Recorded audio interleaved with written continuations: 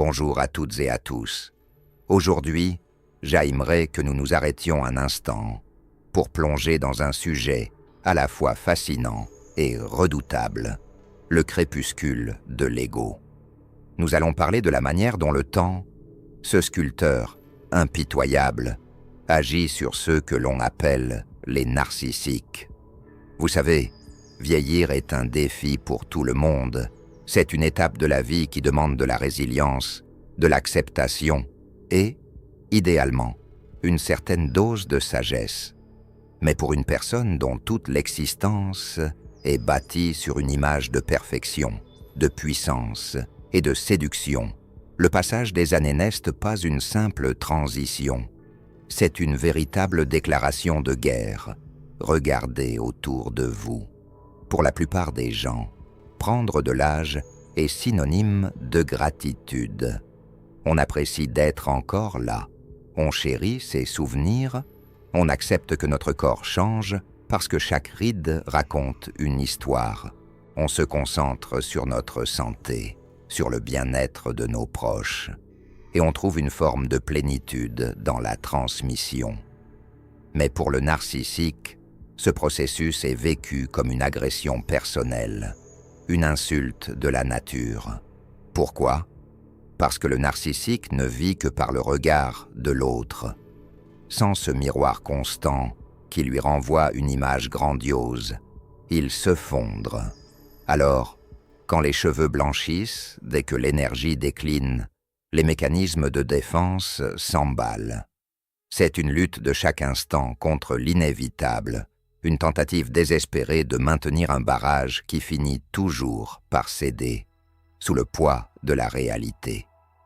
Voyons cela de plus près. Il existe ce que l'on appelle le narcissique somatique. C'est celui ou celle qui a tout misé sur son apparence physique, son charme, sa capacité à séduire au premier regard. Pour ces personnes, le miroir devient leur pire ennemi. Imaginez un instant. Votre seule monnaie d'échange dans ce monde était votre beauté ou votre vigueur athlétique. Et soudain, cette monnaie perd de sa valeur chaque jour. C'est une crise existentielle sans précédent. Pour compenser cette perte de contrôle, ils vont souvent redoubler d'efforts, parfois de manière désespérée.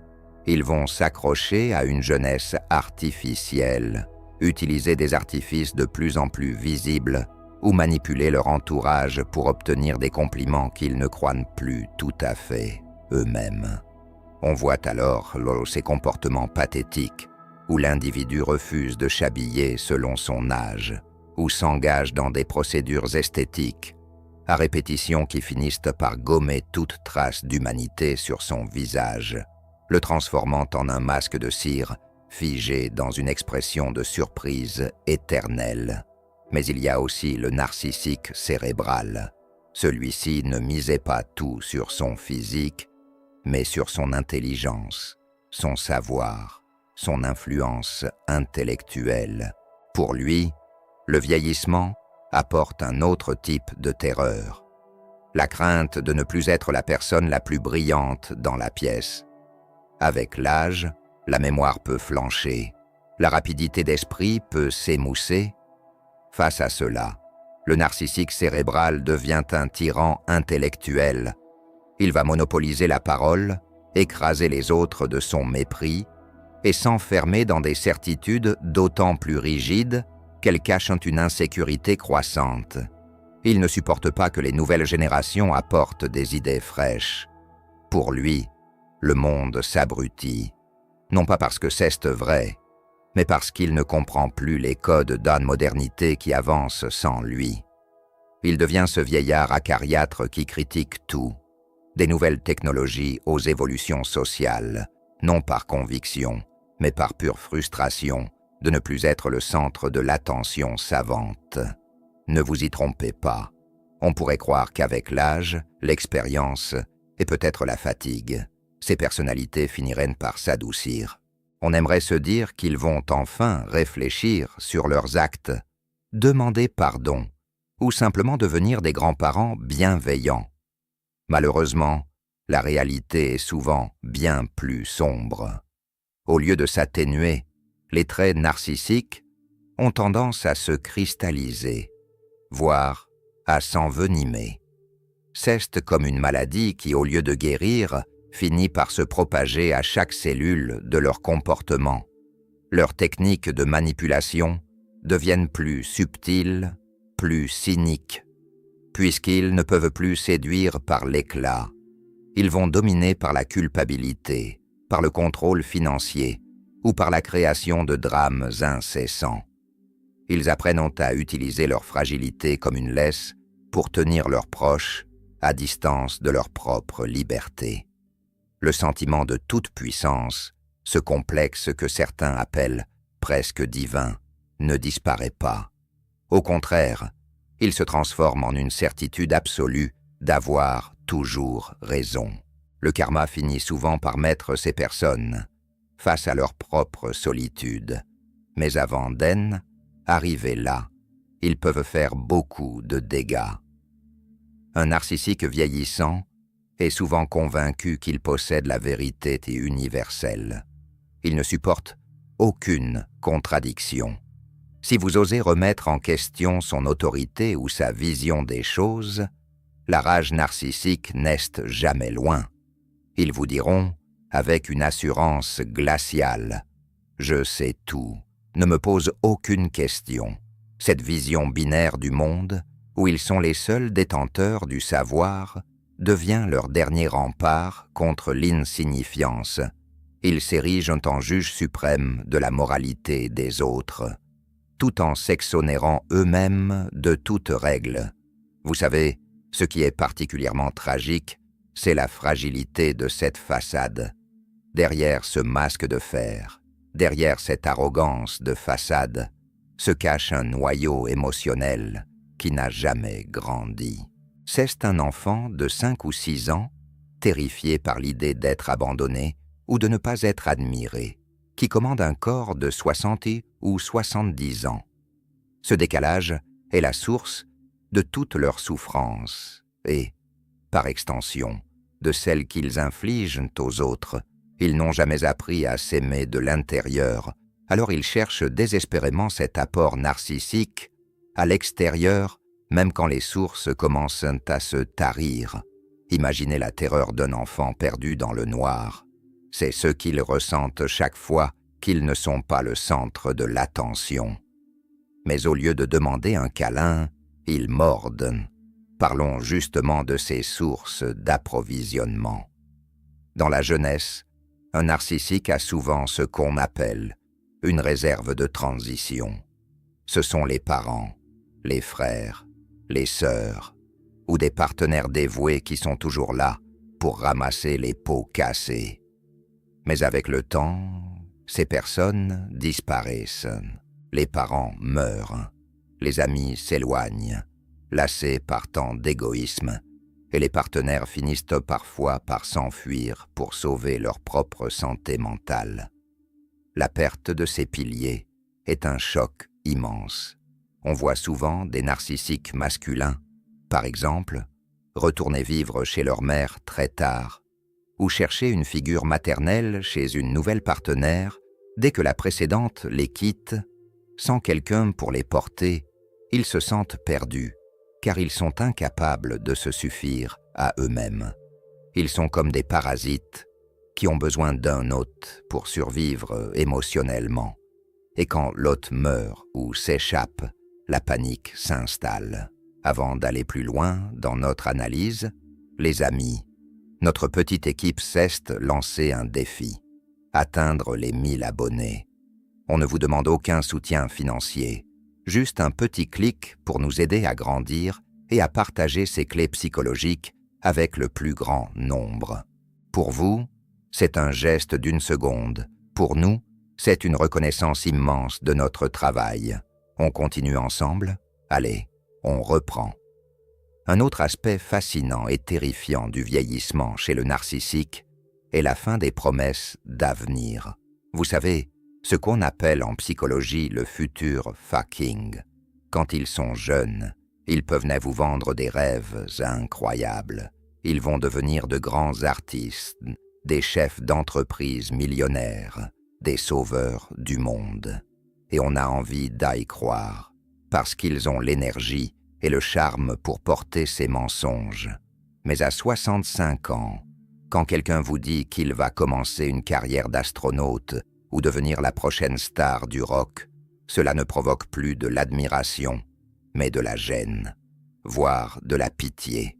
Leurs mensonges sur le futur se heurtent à la réalité, implacable, du temps qui reste. Ils perdent leur outil de manipulation le plus puissant, l'espoir qu'ils insufflent chez leurs victimes. Ils se retrouvent alors à ressasser un passé glorieux, souvent largement inventé ou embelli, pour tenter de maintenir une aura qui n'existe plus. La retraite est aussi un moment charnière. Pour beaucoup de narcissiques, le travail était une scène, qu'ils aient été des managers tyranniques ou des employés cherchant constamment l'approbation. Le cadre professionnel leur fournissait un flux régulier d'attention. Imaginez un entraîneur sportif qui vivait pour les applaudissements et la déférence de ses élèves. Une fois à la retraite, le silence devient assourdissant. Ce vide est insupportable. C'est souvent à ce moment-là que le comportement à la maison devient infernal. Le partenaire, qui avait peut-être trouvé un équilibre pendant que l'autre était au travail, se retrouve enfermé 24 heures sur 24 avec un prédateur en manque de proie. L'agressivité augmente, la critique devient permanente. On assiste à des scènes domestiques où le narcissique va critiquer la manière dont vous posez une tasse, dont vous respirez ou dont vous regardez la télévision simplement pour générer une réaction, n'importe laquelle, pour se sentir exister. Et que dire de la défaillance physique?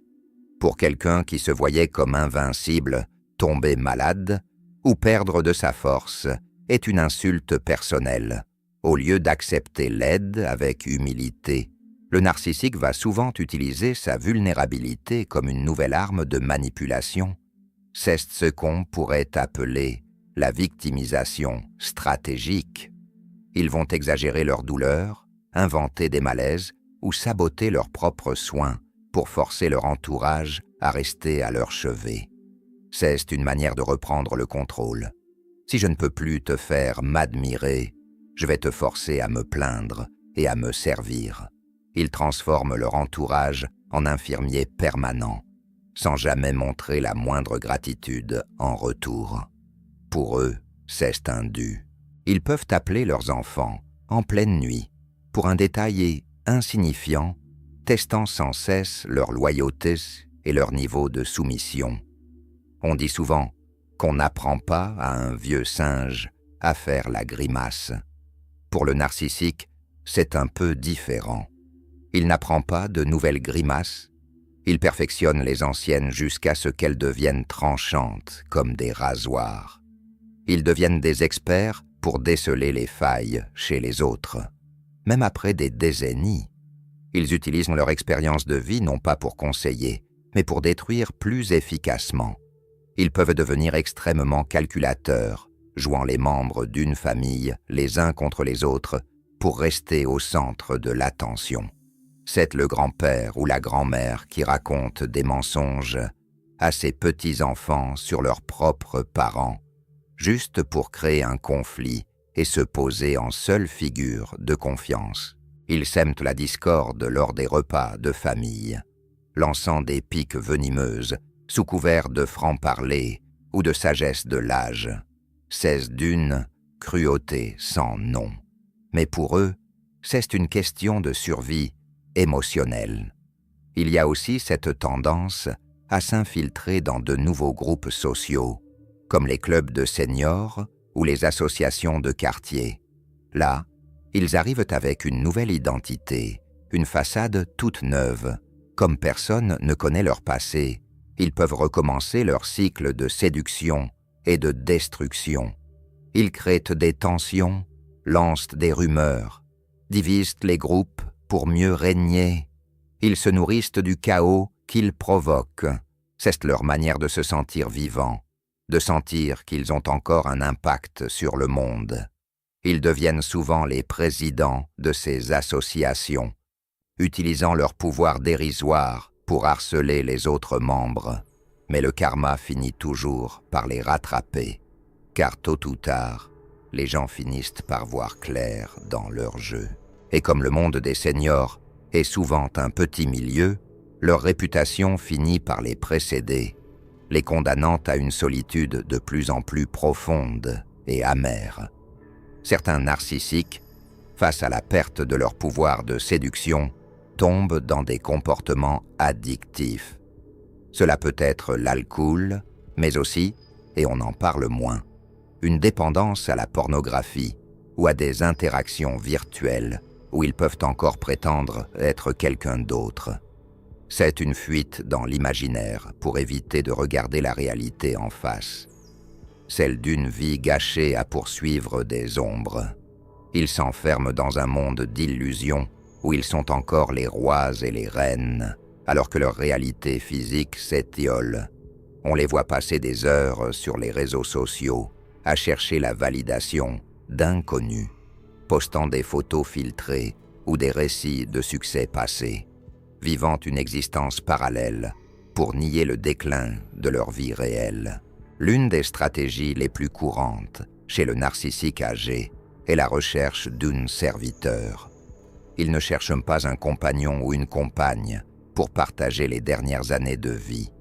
Il cherche quelqu'un qui va s'occuper de toutes les tâches ingrates de la vie quotidienne. Ils ont besoin de quelqu'un pour faire les courses, gérer les rendez-vous médicaux, entretenir la maison, tout en supportant leurs humeurs changeantes et leur manque total de reconnaissance. Ils utilisent souvent des personnes empathiques, parfois des anciens partenaires, qu'ils ont réussi à ramener dans leur filet par la pitié. Si vous êtes dans cette situation, si vous vous sentez obligé de vous sacrifier pour quelqu'un qui ne vous a jamais respecté, posez-vous la question. Est-ce vraiment votre rôle de porter le poids de son incapacité à avoir été un être humain décent? Rappelez-vous que leur gratitude est un mirage. Plus vous donnerez, plus ils exigeront, considérant votre dévouement comme une simple obligation contractuelle liée à leur supposée supériorité. Il est crucial de comprendre que ces personnes ne changeront jamais. L'espoir est un piège quand on traite avec un narcissique. Ils ne font que peaufiner leur technique.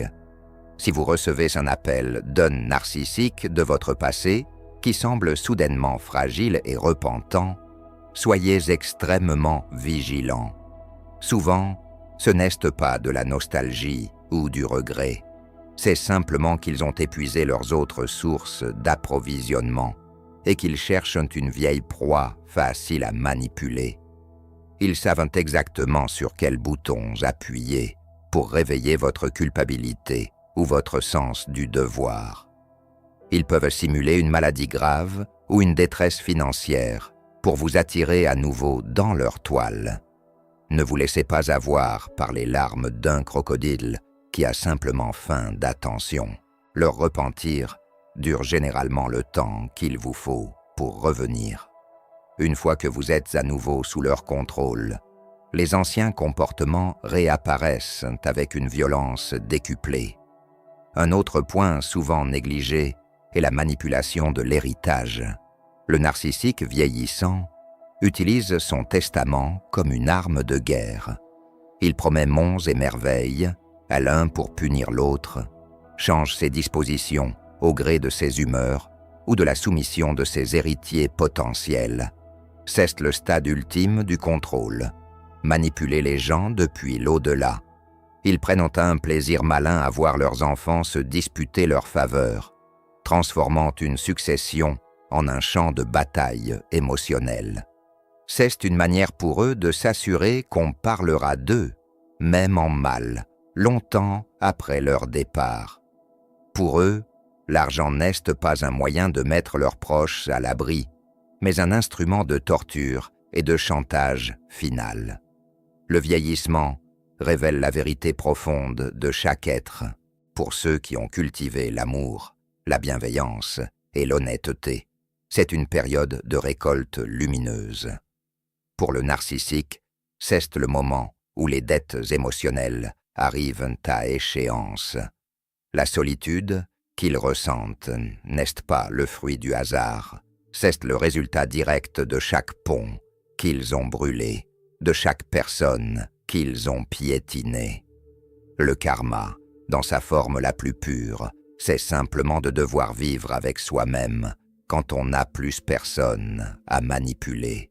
Imaginez le supplice de devoir affronter son propre vide intérieur sans aucune distraction extérieure, sans aucun public pour applaudir la pièce de théâtre qu'est leur vie. C'est un enfer psychologique qu'ils se sont construits brique par brique, mensonge après mensonge. Il est important de se protéger, quel que soit l'âge de la personne en face de vous. Apprendre à identifier ces schémas, c'est se donner les moyens de ne pas être emporté dans leur tourmente. Vous n'êtes pas responsable de leur malheur, vous n'êtes pas responsable de leur solitude, et vous n'êtes certainement pas responsable de leur incapacité à vieillir avec dignité. Votre vie a de la valeur, votre temps est précieux, et vous avez le droit de choisir avec qui vous le partagez. Ne laissez pas un vampire émotionnel, même s'il a les cheveux blancs. Aspirez votre énergie et votre joie de vivre. La vieillesse ne confère pas automatiquement la sagesse, et elle ne donne certainement pas le droit d'être cruelle. Parfois, on se demande si l'on ne devrait pas faire un effort supplémentaire, parce qu'ils sont vieux ou malades. C'est ce qu'on appelle la pitié toxique. Mais rappelez-vous que le narcissisme n'est pas une maladie de l'âge, c'est une structure de personnalité. La maladie ou la vieillesse n'excusent pas la méchanceté ou la manipulation. On peut être compatissant envers la souffrance humaine sans pour autant se laisser détruire. Fixer des limites claires est encore plus important avec un narcissique âgé, car il utilisera chaque faille, chaque moment de faiblesse de votre part pour s'engouffrer et reprendre le pouvoir. S'ils se sont malades, ils ont besoin de médecins et d'infirmiers, pas de victimes sacrificielles. Restez ferme, restez ancrés dans votre réalité. Ne confondez pas le soin avec la soumission. Le chemin de la guérison après avoir côtoyé de telles personnalités est long, mais il est possible. Cela commence par l'acceptation que vous ne pourrez jamais les sauver. Vous ne pouvez pas remplir un puits sans fond. En vous concentrant sur votre propre reconstruction, sur vos propres besoins et sur vos propres limites, vous reprenez le contrôle de votre existence. Laissez-les face à leur miroir brisé. C'est là qu'ils appartiennent, dans cette confrontation inévitable avec ce qu'ils sont choisis d'être. Vous, de votre côté, tournez-vous vers la lumière, vers les relations authentiques et vers une vieillesse qui sera, je vous le souhaite, empreinte de paix et de sérénité. Apprenez à vous pardonner d'avoir été dupés, car leur talent pour le mensonge est immense, et tournez la page pour écrire votre propre histoire, loin de leur ombre toxique. Il est aussi intéressant d'observer comment ces personnalités se comportent avec la nouvelle génération. Souvent, ils essaient de séduire les plus jeunes, car les jeunes n'ont pas encore le discernement nécessaire pour voir derrière le masque. Ils se posent en mentor, en sage, en détenteur d'une expérience de vie incroyable. Ils cherchent dans les yeux des jeunes cette étincelle d'admiration qu'ils ne trouvent plus chez leur père. C'est une forme de prédation intellectuelle et émotionnelle. Ils vont raconter des histoires héroïques, se faire passer pour des victimes de la méchanceté de leurs propres enfants, cherchant à recruter de nouveaux alliés contre leur famille. Si vous voyez un membre âgé de votre entourage s'accaparer l'attention des plus jeunes de manière excessive en dénigrant les parents, restez vigilants. Protégez la naïveté des enfants et des adolescents contre ces manipulateurs qui cherchent simplement un nouveau public pour leur théâtre d'ombre. Le narcissique vieillissant est souvent un être de rituel. Il s'accroche à des habitudes rigides pour se donner l'illusion que le monde ne change pas. Si vous bousculez ces habitudes, vous déclenchez une tempête. Cette rigidité est une défense contre le chaos qu'ils ressentent à l'intérieur. Ils veulent que tout soit prévisible, que tout le monde soit à sa place, c'est-à-dire à leur service. En vieillissant, leurs besoins de contrôle s'étendent aux moindres détails de la vie des autres. Ils veulent savoir ce que vous mangez, qui vous voyez, comment vous dépensez votre argent. Ce n'est pas de l'intérêt, c'est de la surveillance. C'est une manière de s'assurer que vous êtes toujours sous leur influence, comme si votre autonomie était une menace directe pour leur survie. Il y a une forme de justice poétique dans le fait que le temps soit la seule chose qu'ils ne peuvent pas manipuler. Ils peuvent mentir aux gens, ils peuvent falsifier des documents, ils peuvent réécrire l'histoire, mais ils ne peuvent pas arrêter l'horloge. Chaque seconde qui passe les rapproche de la vérité qu'ils ont passé leur vie à fuir. C'est pour cela qu'ils sont si anxieux, si agités, si prompts à la colère. Ils sentent que le sol se dérobe sous leurs pieds. Pour nous, spectateurs ou victimes de ces comportements, c'est une leçon d'humilité. Cela nous rappelle l'importance de construire notre maison sur le roc de l'intégrité plutôt que sur le sable mouvant de l'apparence. La vieillesse du narcissique est un avertissement. Une vie vécue sans empathie finit inévitablement dans le froid d'un hiver sans fin. Prenons l'exemple du narcissique spirituel ou religieux. En vieillissant, certains se tournent vers la religion non pas pour trouver la paix, mais pour trouver un nouveau piédestal. Ils deviennent les plus fervents des croyants, les plus stricts sur les dogmes, utilisant la parole divine pour juger et condamner leur entourage. Ils se sentent investis d'une mission sacrée, ce qui leur donne une excuse parfaite pour leur arrogance. « Ce n'est pas moi qui te critique, c'est la volonté de Dieu », diront-ils. Cette instrumentalisation du sacré-ci est l'une des formes les plus insidieuses de manipulation chez les seniors narcissiques. Ils transforment la foi en une arme d'exclusion et de supériorité morale, se préparant une place au paradis, tout en faisant vivre un enfer à ceux qui les entourent. Il faut aussi évoquer le phénomène du gaslighting médical. Le narcissique âgé utilise ces symptômes, réels ou imaginaires, pour invalider les besoins des autres. Si vous dites que vous êtes fatigué, il répondra qu'il souffre 10 fois plus. Si vous avez un problème de santé, il le minimisera pour ramener l'attention sur ses propres douleurs. Ils deviennent des experts en terminologie médicale, non pas pour guérir, mais pour impressionner et pour justifier leur exigence d'une attention constante. Ils peuvent passer de médecin en médecin, cherchant celui qui confirmera leur statut de cas unique ou de patient héroïque. C'est une quête sans fin pour être reconnu comme la victime suprême, celle qui mérite tous les sacrifices de la part de son entourage. Pour conclure sur cette analyse, gardez à l'esprit que la connaissance est votre meilleur bouclier. En comprenant les mécanismes du narcissisme face au temps, vous cessez d'être une victime potentielle pour devenir un observateur averti.